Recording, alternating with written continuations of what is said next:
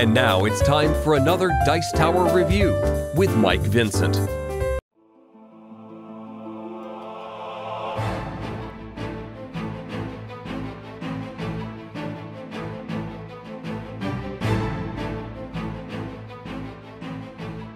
Hello, thank you for tuning in today. We're taking a look at the Lord of the Rings Living Card Game Nightmare deck, Escape from Dol Guldur. So this is the third pack and the final in Season 1 of the Nightmare decks.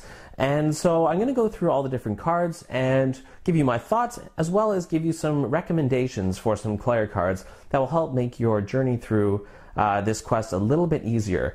This is certainly the hardest one in the core set, particularly if you're playing solo. But yeah, so I'll go through, give you a look at the new Nightmare cards, give you some suggestions, and hopefully some tips to make this a little bit easier. So let's jump in and take a look at Escape from Dol Guldur. Okay, so the trickiest thing about this quest, and certainly the thing that makes it very difficult to plan for, is the idea that one of your heroes is going to be captured and taken from you for a good portion of the quest. Now, they figured out that the more players that you had, the easier this quest would be. So if you're playing solo, it's really tough because you only have 2 heroes. But then if you have 2 players, 3 players, and 4 players, well, then you have enough heroes that losing one isn't such a big deal. So the first thing they've done here is scaled it so that this game is just as difficult if you're playing with more players. So this has a forced effect for the game that reads, when stage 1B is revealed, the number of random heroes captured is determined by the number of players as follows. 1 to 2 players, 1 hero captured, 3 players, 2 heroes captured, and 4 players, 3 heroes captured. All captured heroes are turned face down and considered the prisoner, cannot be used, cannot be damaged, and do not collect resources until they are rescued. A single player cannot have more than 1 hero captured by this effect.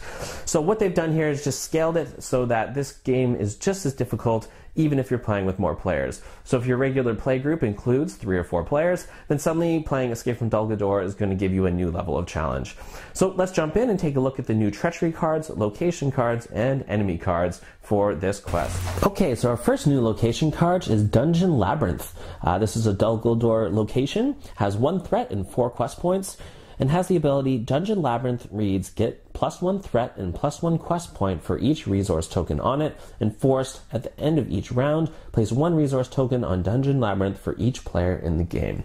So this is a location that doesn't look so bad at first, but you realize this can quickly get out of control if you don't deal with it right away. So each round, this is going to add more, and again, this scales with the number of players. So the more players you have, the more threat and the more quest points this is going to get. So I'm going to give recommendations for locations after I've looked at them all, because I believe that they apply to all of them, but you really are going to not be able to sit back and let these locations build up and become more and more brutal. You're going to have to deal with them very quickly, and so I think Lore is a good recommendation, and Spirit is a good recommendation, as they do have some cards both for high questing, which will allow you to get rid of the active location faster, and also give you some cards to deal with tricky locations. So right off the bat, I think having some Spirit and some Lore in your party is a good idea for this quest. So let's take a look at the other locations, and then I'll give you some recommendations. So the other new location they've added to this quest is Torture Chamber. Torture Chamber has 3 threat and 6 quest points, and reads, if Torture Chamber has 4 or more resource tokens on it, prisoners were killed and the players have lost the game. So this card does not mess around. Also has forced at the end of each round, place 1 resource token on each Dol Guldur location in play. So this is a brutal card, really nasty, in the fact that once this is sat in the staging area for 4 rounds, if it has 4 resources on it, you are going to lose the game. Not only that, but at the end of each round, also places a resource token on each Dol Guldur location in play, which means it will also add to Dungeon Labyrinth. So again, this is a location, if you see it, you're going to want to deal with it immediately, and you do not have time for this to build up. So with 6 quest points, this is not an easy location to get rid of. So here are some recommended cards to help you get through these locations.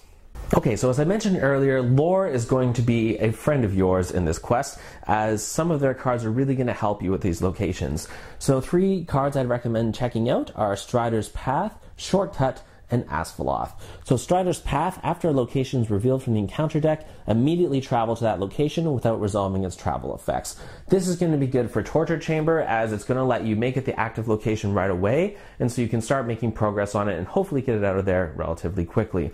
Of course, it's going to be priority number 1 because you lose the game if it does end up having 4 resources on it. So this card is going to let you to throw it right into the active location and start making progress as quick as possible. Shortcut: after a location enters play, exhaust a Hobbit character to shuffle that location back into the encounter deck, then reveal 1 card from the encounter deck and add it to the staging area. So if you are playing a Hobbit deck, or even if you include a few Hobbit characters, you are probably going to want to consider Shortcut. As Torture Chamber is a pretty brutal location and will lead to you losing the game if you don't deal with it right away. If you take a look at the staging area and figure that you're not in much of a position to make much progress on a location, well, if you can have a Hobbit character, you can just shuffle Torture Chamber back into the encounter deck and hopefully draw something that's a little easier to deal with. So that's always an option. And then Asphalloth, of course, attached to a Noldor or Sylvan hero, and you can exhaust him to place 1 progress token on any location, 2 progress if it's Glorfindel. So Glorfindel is certainly a hero you're going to want to consider for this quest, I think, because using Asphalloth and putting 2 quest tokens, 2 progress on any location is going to come in really handy. So I'd recommend stacking your lore deck with a few copies of Asphalloth and either playing with Spirit or Lore Glorfindel, but let's be honest, probably Spirit. The only tricky thing here, though, is that it's possible that Glorfindel can be the hero that is captured, and so you're not going to get full use out of Asphalloth until perhaps late in the game. But I'd highly recommend bringing these 3 cards to deal with these locations. So for Spirit cards, and perhaps you're playing players with a separate Lore and Spirit deck, or perhaps a combo of Spirit and Lore, 3 other cards that could really help you with these locations is the Riddermark's Finest, Northern Tracker, and Lorien Guide. So Riddermark's Finest will let you exhaust and discard him to put 2 progress tokens on a location. So that can work very nicely with Asphalloth to really put some progress down on some of these really brutal ones like Torture Chamber. Northern Tracker, every time he commits to a quest, will put 1 progress on each location in the staging area. Always nice, though he is a bit expensive and can be tricky to get out at times. And the Lorien Guide, which will allow you to put 1 progress on the active location. So if you've swapped out and made the Torture Chamber your active location, then Lorien Guide will just help get rid of it that much faster. So these are the cards I recommend for Lore and Spirit to really help deal with these pretty brutal locations. Okay, so here, moving along to the enemies, we have a new enemy, Spider of Dol Guldur. Has an engagement cost of 28 with 3 threat, 3 attack, 3 defense, and 6 hit points. So this is a creature, a spider, and Dol Guldur, and if there are any unclaimed objectives in play, Spider of Dol Guldur gains Surge. So this is pretty bad because the objectives in this game, there's 3 for this quest, all have negative effects. Whether it's raising your threat, making one of your heroes unable to do anything, or forcing you to take damage every turn, Spider of Dol Guldur is tricky. I hate Surge, it's always brutal, and it's never fun to have to pull another card off the encounter deck. So you're really going to have to examine the staging area, examine where your heroes are at, how many allies you have on the board, and decide whether you want to leave objectives in the staging area, but risk having Surge with this guy, or to take them to mitigate Surge, but then have negative effects on top of that. And that's sort of hard to gauge. You're just going to have to see where you're at in the game and make a decision. Now, this guy has 6 hit points and he has 3 defense, so he's going to take a while to kill. I highly recommend bringing along a Rivendell Blade or 2 to really negate the defense and be able to kill these guys a lot quicker. I was playing a Mono Tactics direct damage deck, and so it's a really nice way to get over some of these higher defense values. So taking some direct damage may be worth throwing into a deck that you want to use for this one. So not a whole lot otherwise. His threat isn't too bad. His attack is pretty weak at 3 attack. With blockers like Baragon and stuff out there, so he shouldn't be too bad on the attacking front. It's more his little ability and just the fact that he's going to be annoying and that he'll take some time to kill. So either direct damage or a few Rivendell Blades would be a good way to get over this defense and kill this guy.